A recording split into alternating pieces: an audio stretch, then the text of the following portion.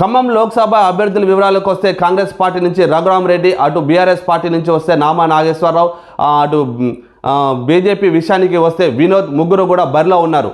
ఈ ముగ్గురు కూడా డి అంటే డి అన్నట్టు బరిలోనే ఉన్నారు. కాకపోతే ఖమ్మంలో ఖచ్చితంగా కాంగ్రెస్ పార్టీ గెలిచే అవకాశాలు అయితే క్లియర్గా కనబడుతున్నాయి. కానీ Raghurama Reddy వియంకుడైనటువంటి film actor, cinema actor Venkatesh కూడా ప్రచారం చేయడానికి వచ్చారు అంటే అక్కడ పరిస్థితి ఎలా ఉందనేది మనం ఊహించుకోవచ్చు. వెంకటేష్ కూడా ప్రచారం చేయడం కోసం తన వియంకుడైనటువంటి రఘురామరెడ్డికి సపోర్ట్గా వచ్చి ఆ ఖమ్మంలో ప్రచారం చేయడం జరుగుతుంది.